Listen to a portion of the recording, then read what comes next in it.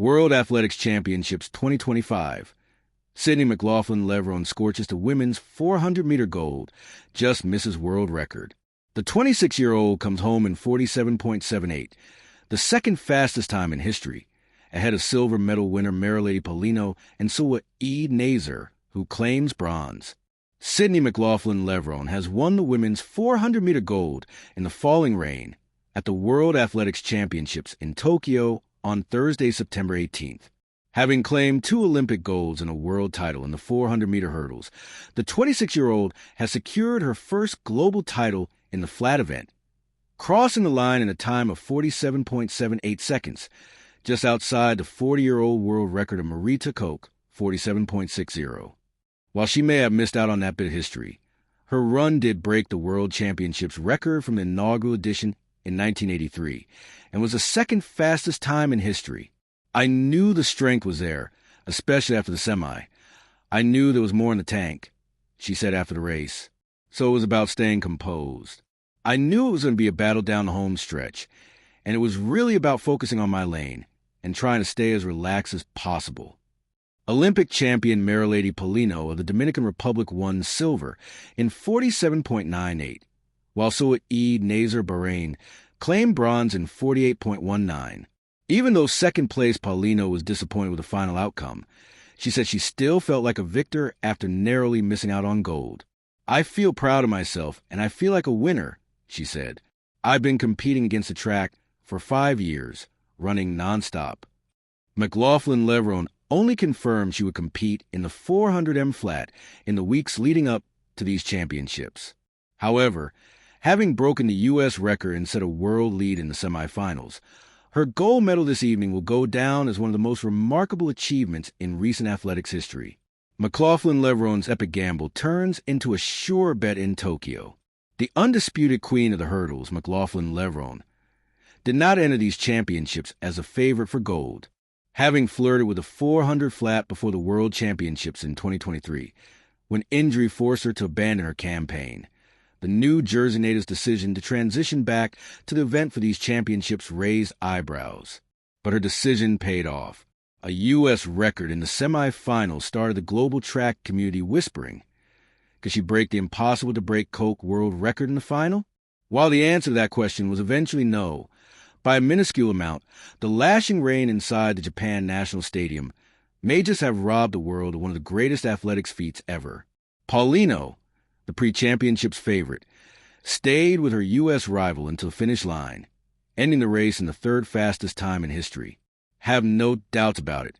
This was a battle of the highest quality, made all the more box office by the presence of McLaughlin-Levrone, who is arguably the #1 athlete in the world today.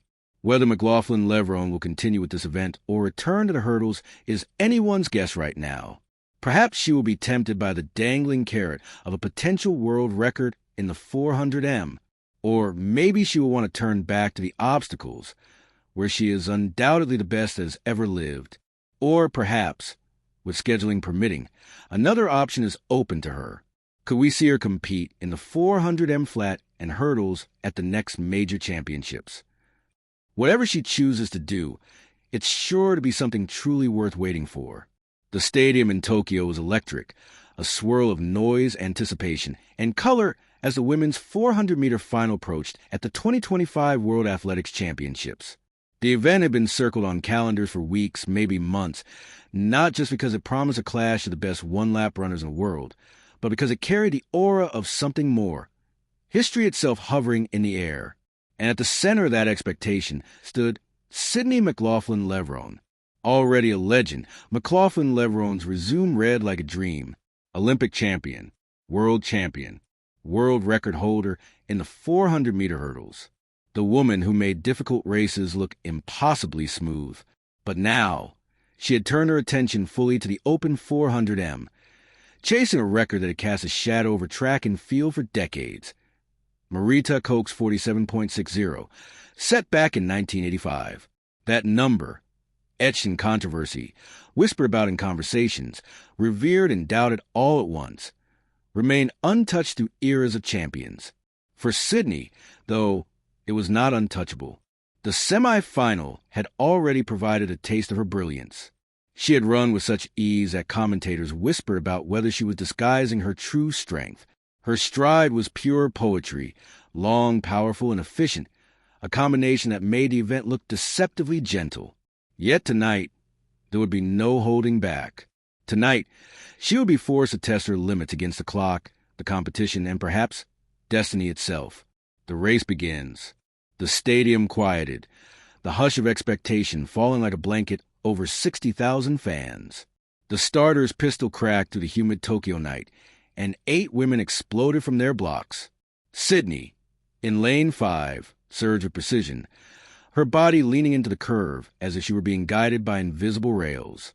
By 150 meters, it was clear the race would be hers to lose.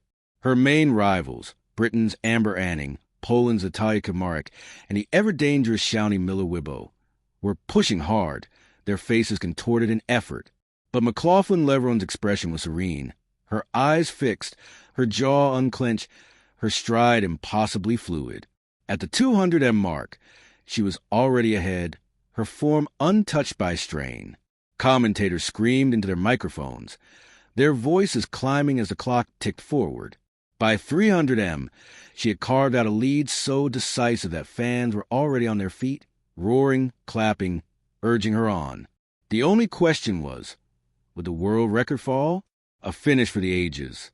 The final straight was a blur. McLaughlin-Levrone powered forward, arms pumping, knees driving. The crowd's roar swelled into something primal, as a collective energy might carry her across the line faster. The stadium screens flashed the clock.